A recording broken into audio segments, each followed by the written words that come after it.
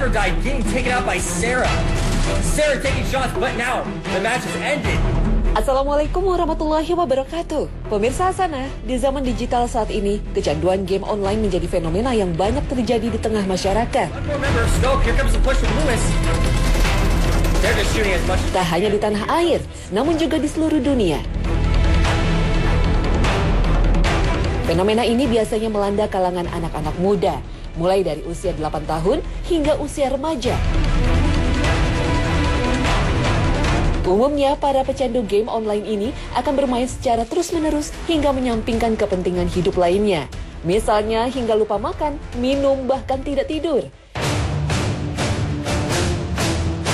Itu sebabnya, baru-baru ini Organisasi Kesehatan Dunia WHO menetapkan kecanduan bermain game sebagai salah satu gangguan mental yang dinamai gaming disorder.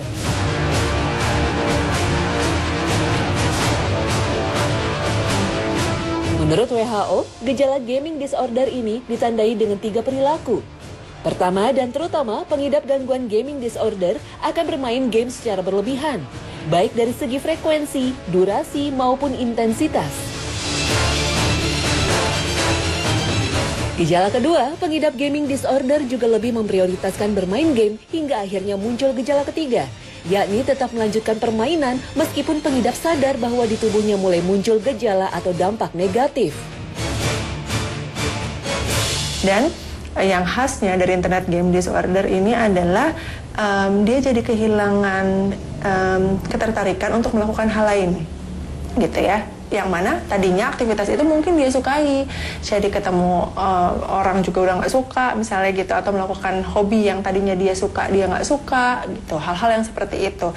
Jadi memang fokusnya yang dilakukan sepanjang hari gitu ya, cuman bermain game, dan kalau misalnya pun ditarik gamenya itu membuat dia jadi depresi, jadi merasa mudah terganggu, jadi cemas dan lain-lain gitu. Sementara itu, bagi sebagian orang, anak-anak yang tercandu permainan online dianggap terpengaruh gangguan jin. Sehingga beberapa orang tua merasa perlu mengobati anaknya tersebut dengan pengobatan ruqyah syariah. Namun, apakah kecanduan game online ini memang bagian dari gejala gangguan jin hingga perlu diruqyah?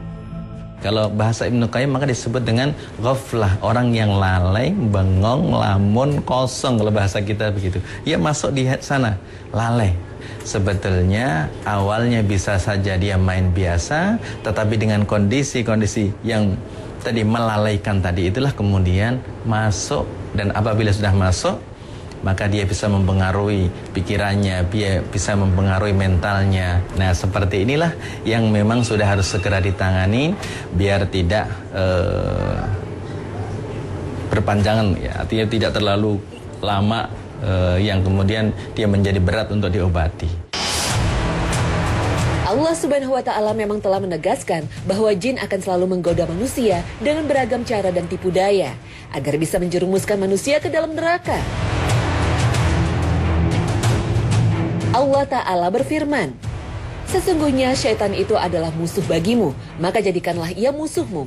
Karena sesungguhnya syaitan-syaitan itu hanya mengajak golongannya supaya mereka menjadi penghuni neraka yang menyala-nyala. Al-Quran Surah Fatir ayat 6. Dengan membuat manusia terlena pada sesuatu, maka telah membuatnya lalai terhadap Allah Subhanahu wa Ta'ala. Sedangkan mengingat dan berzikir pada Allah adalah tameng manusia untuk mencegah dirinya dari gangguan jin. Allah Subhanahu wa Ta'ala berfirman, barang siapa yang berpaling dari mengingat Allah yang Maha Penyayang, kami jadikan baginya setan yang menyesatkan, maka setan itu menjadi teman yang selalu menyertainya. Al-Quran Surah Az-Zukhruf ayat 36. Akan tetapi di sisi lain, perkembangan dunia digital saat ini juga memunculkan skill baru dan melahirkan cabang olahraga baru dan bergengsi. Ya, e-sport atau olahraga elektronik di mana para pemainnya berkompetisi dalam video game. E-sport kini menjadi cabang olahraga populer di kancah nasional maupun internasional. Para atlet e-sport ini juga menghabiskan banyak waktu dalam bermain video game agar bisa meningkatkan kemampuan bermainnya. Ini seolah menjadi polemik Sebab di satu sisi kecanduan game online disebut sebagai gangguan mental, juga gejala gangguan jin. Namun di sisi lain, dibutuhkan intensitas bermain yang cukup tinggi bagi orang-orang yang ingin menjadi atlet e-sport. Kalau e-sport, karena ada sportnya, sport kan harusnya membuat jadi sehat ya, sehat fisik dan sehat mental. Jadi atlet-atlet e-sport itu juga memperhatikan asupan yang dimakan, kapan harusnya olahraga, kapan harusnya tidur, kualitas tidurnya juga harus baik, karena itu mempengaruhi kemampuan dia untuk main pada akhirnya. Nah, beda sekali dengan yang kecanduan game online. Kalau kecanduan game online, dia nggak bisa berhenti gitu. Islam telah menegaskan agar tidak berlebih-lebihan dalam melakukan sesuatu karena kerap menghasilkan dampak negatif. Sama halnya dengan bermain game dan menggunakan gadget. Berteman dengan media digital memang diperlukan, namun tetap harus dalam kontrol yang benar agar tidak menjadi sesuatu yang berdampak buruk. Wallahu a'lam.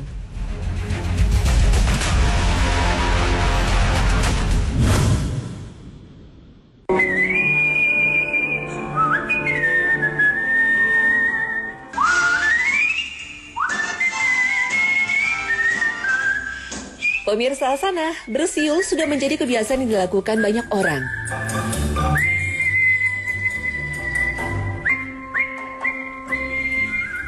Saat sedang di kamar mandi, mendengarkan musik, atau ketika sedang bersantai, bersiul bisa menjadi kebiasaan yang menyenangkan.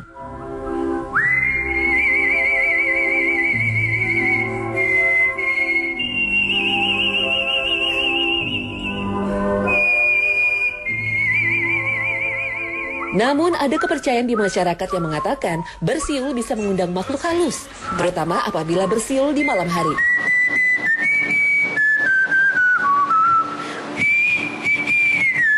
Dan konon jika tiba-tiba mendengar suara siulan balasan, maka menandakan adanya makhluk halus yang merasa terganggu, sekaligus bisa menjadi pertanda buruk. Benarkah demikian?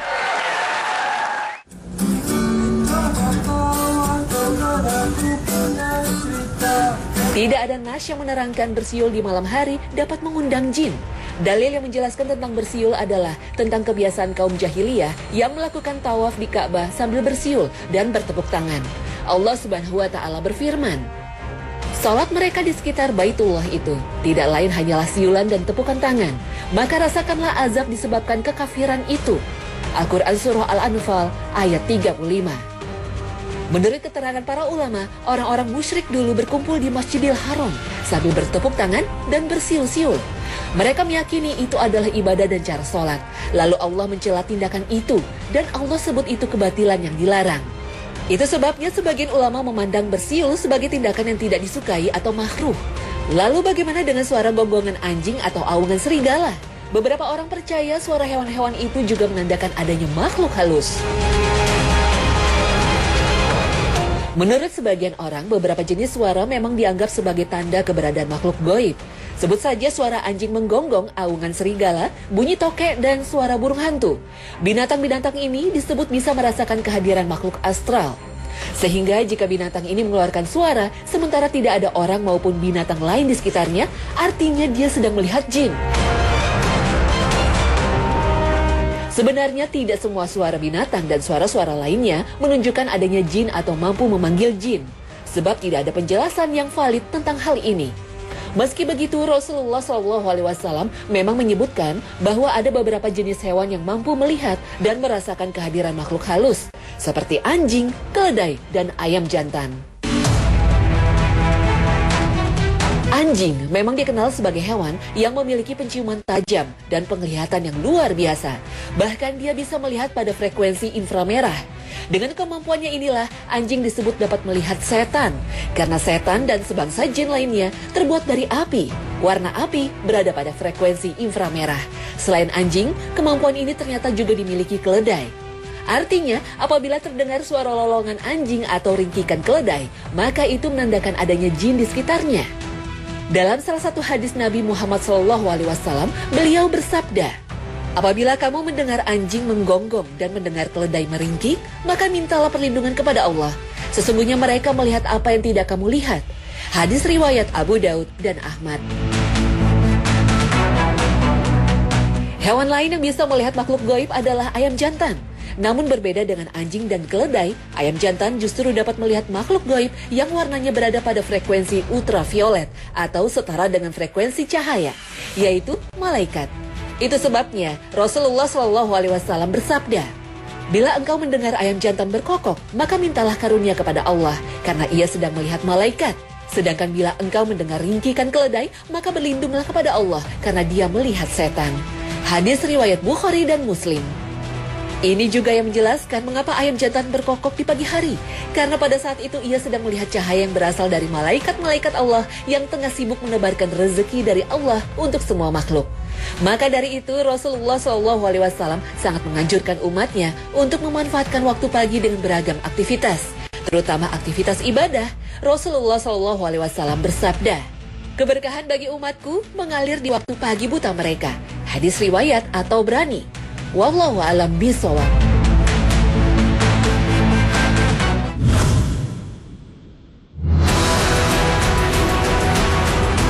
Pemirsa, belakangan muncul tindik jari dan menjadi tren di kalangan anak muda.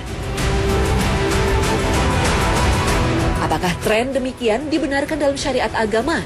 Sesaat lagi Hasanah segera kembali.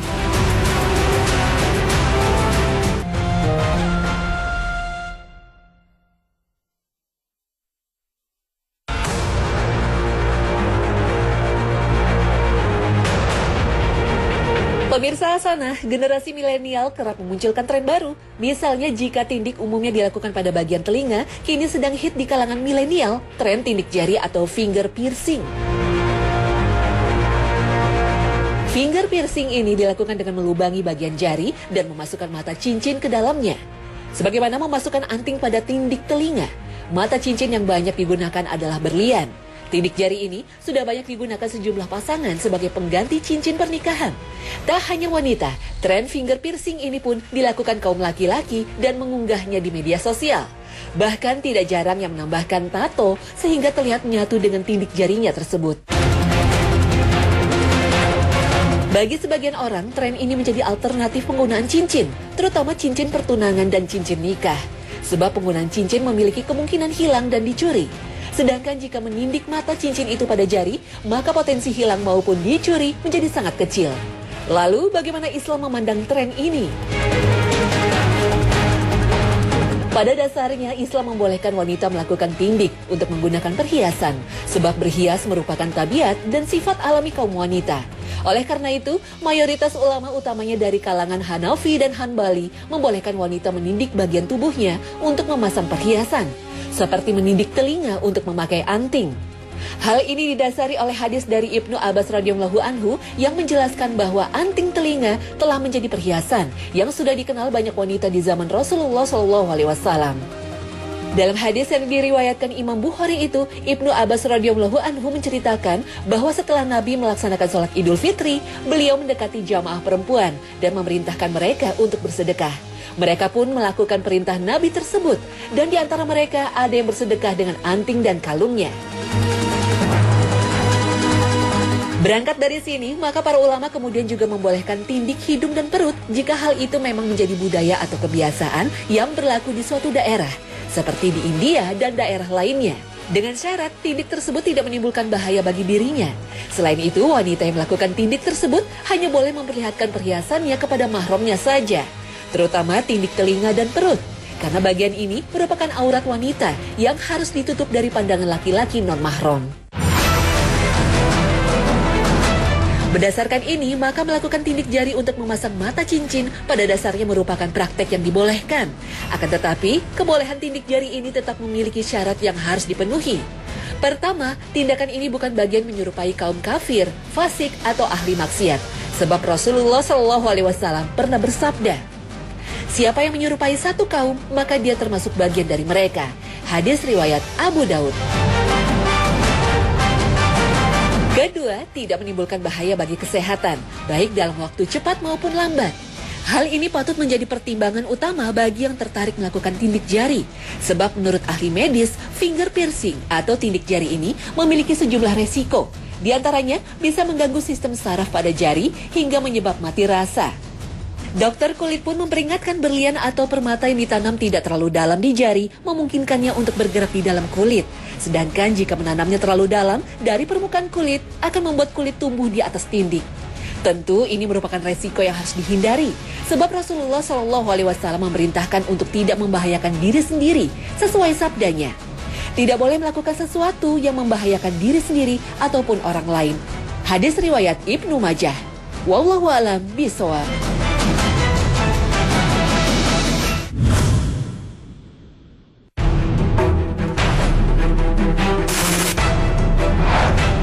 Pemirsa Hasanah, baru-baru ini pernikahan anak di bawah umur kembali terjadi. Kali ini terjadi di kota Parepare, Sulawesi Selatan. Mempelai laki-laki baru berusia 16 tahun, sementara sang wanita berusia 14 tahun. Kabar ini pun sempat menghebohkan masyarakat. Pasalnya kedua pasangan tersebut sempat kabur dari rumah orang tuanya karena tidak diizinkan menikah. Orang tua dari pihak laki-laki mengaku anak remajanya memang telah mengutarakan niatnya untuk menikahi gadis berusia 14 tahun tersebut. Namun karena dianggap masih di bawah umur, maka kedua pihak orang tua tidak menyetujuinya. Bahkan mereka melarang kedua anak tersebut untuk saling bertemu. Akibatnya, kedua anak remaja ini nekat pergi dari rumah. Seolah tidak memiliki pilihan lain, kedua belah orang tua akhirnya menikahkan kedua anak belia tersebut. Kejadian ini pun menjadi perdebatan di masyarakat, sebab kedua anak remaja ini berani menentang keputusan orang tua yang melarang pernikahan mereka. Bahkan pada usia yang masih muda itu, mereka berani mengambil langkah ekstrim untuk kabur dari rumah bersama orang yang disukainya. Lalu bagaimana Islam memandang fenomena ini? Memang syariat Islam tidak menetapkan ketentuan khusus mengenai batas usia minimal dan maksimal untuk melakukan pernikahan. Al-Quran maupun hadis Rasulullah SAW hanya menjelaskan bahwa orang yang boleh melangsungkan pernikahan adalah mereka yang telah mampu dan siap. Allah Subhanahu wa Ta'ala berfirman, "Dan nikahkanlah orang-orang yang sendirian di antara kamu dan orang-orang yang layak menikah dari hamba-hamba sahayamu yang lelaki dan hamba-hamba sahayamu yang perempuan." Al-Quran Surah An-Nur ayat 32. Maksud dari yang layak menikah di sini adalah orang yang sudah mampu baik secara mental maupun spiritual untuk membangun rumah tangga. Itu sebabnya Rasulullah SAW juga bersabda, "Wahai para pemuda, barang siapa di antara kamu telah mampu menikah, maka menikahlah. Karena menikah dapat menundukkan pandangan dan memelihara kemaluan. Dan barang siapa belum mampu, maka hendaklah berpuasa. Karena yang demikian itu dapat mengendalikan hawa nafsu." Hadis riwayat Bukhari. Berdasarkan ini, maka tingkat kelayakan dan kemampuan yang dimaksud adalah tingkat kedewasaan seseorang. Sementara dalam ilmu fikih, kedewasaan seseorang ditandai dengan munculnya tanda baligh, yaitu ihtilam atau mimpi basah bagi laki-laki dan mengalami haid bagi perempuan. Jika menggunakan ukuran usia, maka menurut beberapa ulama, usia baligh laki-laki biasanya pada umur 15 tahun dan usia baligh perempuan dimulai pada umur 9 tahun. Dengan demikian, pernikahan dini atau pernikahan anak di usia muda merupakan pernikahan yang sah dan dibenarkan dalam Islam. Lalu bagaimana jika pada usia belia, seorang anak sudah menunjukkan keinginan menikah tetapi orang tua tidak setuju? Haruskah mengikuti keputusan orang tua ataukah tetap melanjutkan pernikahan? Membangun bahtera rumah tangga tidak cukup dengan siap dari segi usia saja. Kemampuan dalam menafkahi keluarga juga menjadi syarat penting dalam pernikahan. Sebab memberi nafkah adalah kewajiban dan perintah langsung dari Allah Subhanahu wa Ta'ala kepada para suami. Dan kewajiban ayah memberi makan dan pakaian kepada para ibu dengan cara yang baik. Al-Quran Surah Al-Baqarah ayat 233. Sementara anak-anak yang baru berusia belia umumnya belum memiliki kemampuan ini. Karena itu para orang tua biasanya tidak setuju jika anaknya menikah di usia yang masih muda. Bukan karena melarang secara mutlak, namun lebih kepada menunda waktunya, hingga sang anak benar-benar siap, baik dalam segi kedewasaan maupun kemampuan dalam memberi nafkah. Oleh karena itu, jika sang anak masih mampu menahan dirinya untuk menikah, maka menuruti orang tua lebih utama dilakukan. Hal ini berlaku baik bagi anak muda maupun dewasa. Sebab patuh pada orang tua hukumnya wajib, dan ini telah Allah Subhanahu wa Ta'ala tegaskan dalam firman-Nya. Dan kami perintahkan kepada manusia agar berbuat baik kepada orang tuanya. Al-Quran Surah Luqman ayat 14. Menentang orang tua adalah dosa besar, termasuk menentang keputusan mereka untuk tidak menikah dulu, selama alasan yang mereka miliki masih dibenarkan secara syariat. Apalagi jika keinginan sang anak untuk menikah masih bisa ditunda dan belum begitu mendesak untuk dilaksanakan. Kecuali jika memang keinginan untuk menikah sudah tidak bisa ditunda, yang bila dilarang akan menimbulkan bahaya lebih besar dan bisa menimbulkan perzinahan. Dalam hal ini, maka orang tua hendaknya mengizinkan anaknya menikah sebelum terjerumus ke dalam dosa zina. Wallahu a'lam bishawab.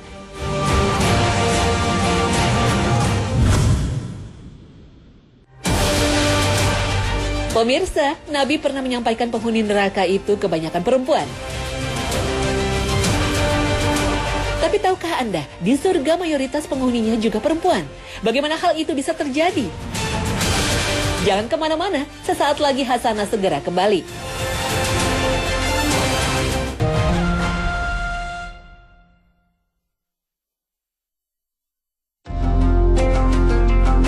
Pemirsa Hasanah, tahukah Anda bahwa kelak di akhirat mayoritas penghuni surga bukanlah kaum laki-laki, tapi kaum perempuan. Jumlah wanita di surga jauh melampaui jumlah laki-laki. Mengenai mayoritas penghuni surga ini pernah menjadi perbincangan antara kaum wanita dan kaum pria di masa Rasulullah SAW. Kaum laki-laki dan wanita berdebat, mana yang lebih banyak menjadi penghuni surga? Apakah kaum wanita atau laki-laki? Ketika ditanyakan kepada Abu Hurairah radhiyallahu anhu, ia menjawab bahwa Nabi SAW bersabda, "Sesungguhnya golongan yang pertama kali masuk surga adalah seperti cahaya bulan di malam bulan purnama. Berikutnya seperti cahaya bintang yang menyala-nyala di langit.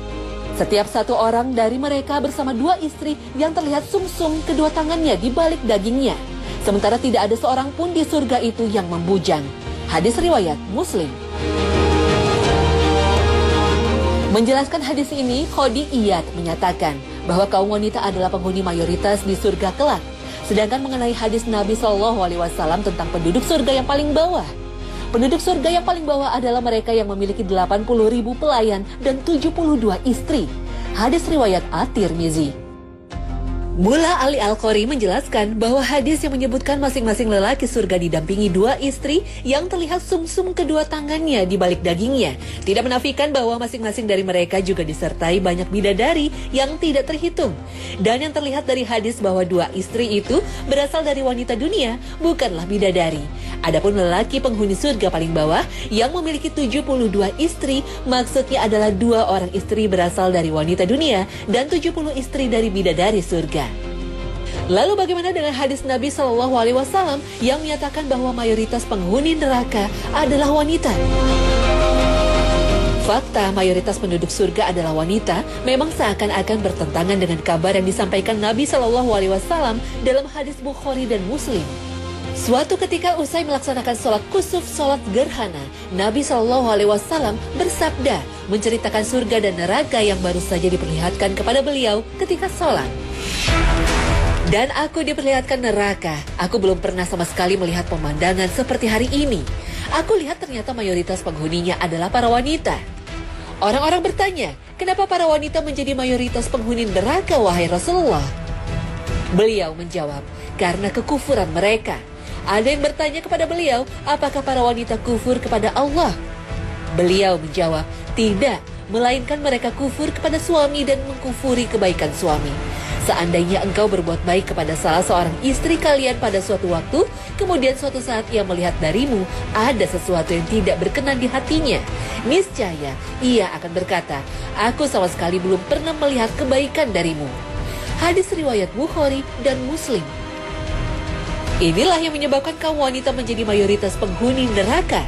Mereka sering mengingkari jasa suami, tidak tahu berterima kasih kepada suami yang sejak lama telah menyediakan papan, sandang dan pangan, serta mendedikasikan seluruh hidupnya untuk anak istri.